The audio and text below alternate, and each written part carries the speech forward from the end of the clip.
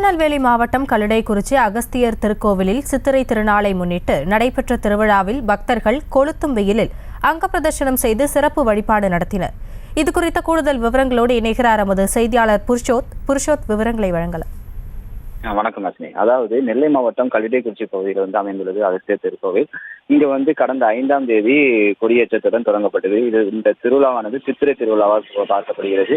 இந்த 5ஆம் தேதி கொடியேற்றப்பட்ட இந்த திருவிழாவில் இன்று 7ஆம் நாள் கல்லிடைக்குறிச்சியிலும், நாளை 8ஆம் நாள் அம்பாசமுத்திரம் பகுதியிலும், 9ஆம் நாள் விக்ரமசிங்கபுரம் பகுதியிலும், அதன் பின் பாபநாசம் பகுதியில் 10ஆம் நாள் திருவிழாவுடன் இது நிறைவடையும்.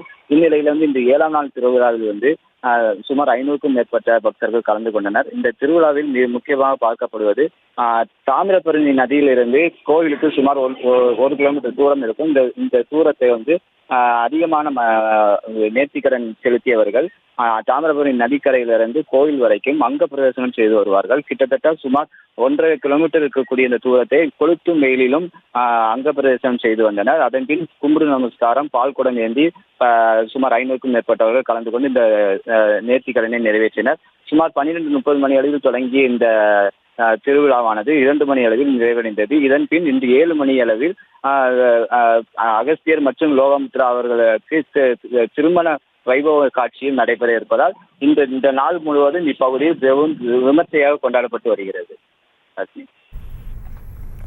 விவரங்களுக்கு நன்றி புருஷோத். செய்திகளை உடனுக்குடனும் துல்லியமாகவும் தெரிந்து கொள்ள சப்ஸ்கிரைப் பண்ணுங்க.